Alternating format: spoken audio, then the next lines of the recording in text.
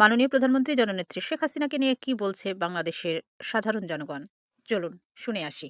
বাংলাদেশ ধ্বংসের যদি কোনো মহানায়ক থাকে তা ডক্টর ইউনূস। শেখ হাসিনা তো দেশের কোনো উন্নয়ন করে নাই, তাকে আর এই দেশের দরকার নাই।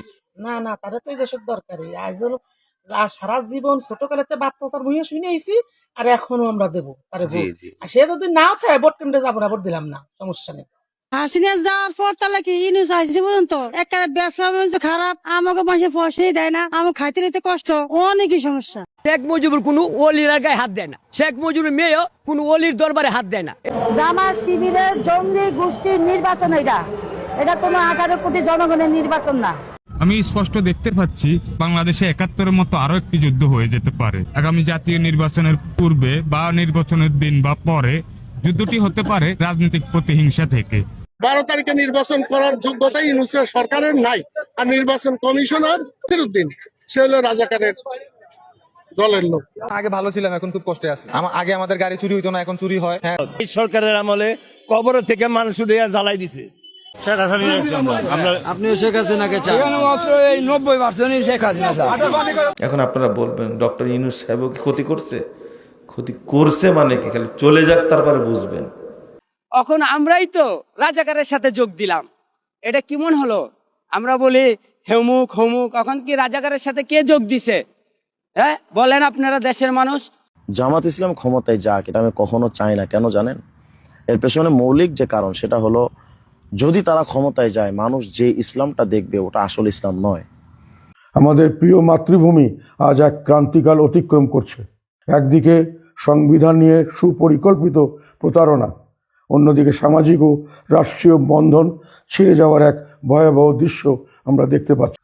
প্রথমত, আসন্ন গণভোট নিয়ে আমার স্পষ্ট বার্তা, আপনাদের না ভোট দিতে হবে। বিভ্রান্তিকর 4টি বিবৃতির আড়ালে সংবিধানের 38টি পরিবর্তন লুকিয়ে রাখা হয়েছে। আমরা আশঙ্কা করি এতে করে দেশে একটি সংঘাতময় পরিস্থিতির সৃষ্টি হবে, রাজনৈতিক স্থিতিশীলতা ব্যাহত হবে ও দেশ ক্রমান্বয়ে ধ্বংসের পথে এগিয়ে যাবে। আমি জামাত দেখেছি 1971 সালে এরা কি তাণ্ডব করছে এই দেশে। কথা বুঝেন না? জামাত এই দেশে যারা 71কে স্বীকার করে না, তারা এই দেশের রাষ্ট্র ক্ষমতায় আসতে পারে না। তাদের কাছে 71-এর অনুভূতি আছে, তারাই এই দেশ চালাবে। দেখো, জামাতের চেয়ে মিথ্যা বলার লোক গোটা দুনিয়ার মধ্যে দ্বিতীয় আছে বলে আমার মনে হয় না।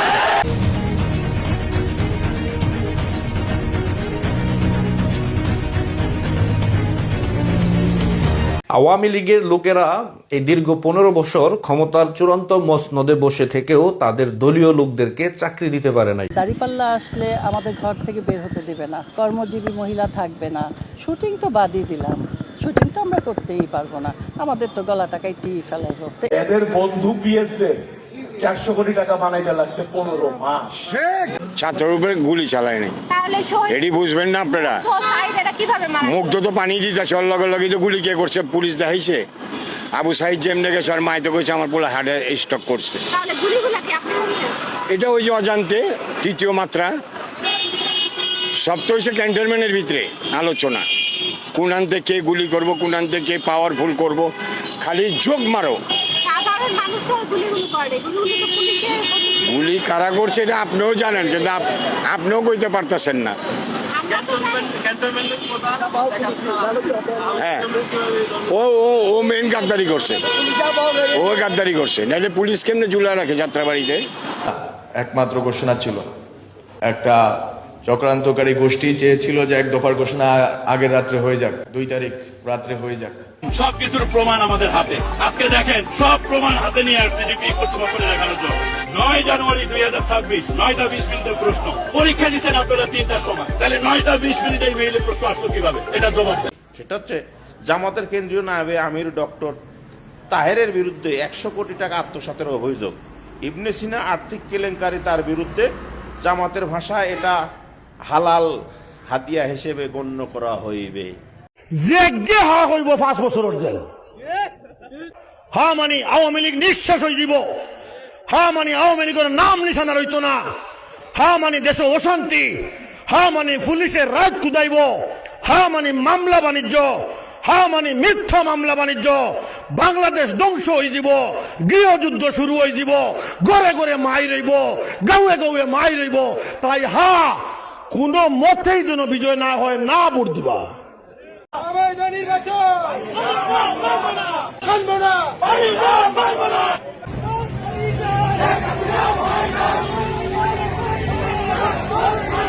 একটাই দূরত্ব হলো যে আমেরিকা কিছু জিনিস টিনিস চেয়েছিল, নেত্রী তখন বলেছিলেন যে আমি আমার সেন্ট মার্টিন এই বিদেশিদের দেব না। হ্যাঁ, সেইগুলো তারা যখন জানছে, আর তারা তখন আমাদের খুব প্রেশার দিচ্ছিল যে তোমরা অস্ত্র কিনো। তা আমাদের পলিসি ছিল যে দেখো, আমরা প্রথম আমাদের লোকগুলোকে দুবেলা ভাত খাওয়াতে চাই, আমাদের লোকরে এই একটা ডিসেন্ট লাইফ দিতে চাই। নির্দলীয় ঐক্যজোট গঠন করেছেন, যে দলের প্রধান হচ্ছেন একজন নারী। আমরা তো এটাকে হারাম বলিনি, ইসলাম তো এটাকে হারাম বলেনি। নারী নেতৃত্ব হারাম এ কথা ইসলাম বলেনি। তাহলে কি বলেছেন? জি, নারী নেতৃত্ব সম্পর্কে আপনাদের কি অভিমত? আমরা এর পক্ষে কোনো ফজিলত বয়ান করিনি। The head of the Jamaat take your place one day? It's not possible. It's not possible because Allah made everyone in its own entity. Because you will never be able to bear a child. We will never be able to feed our breast to a child.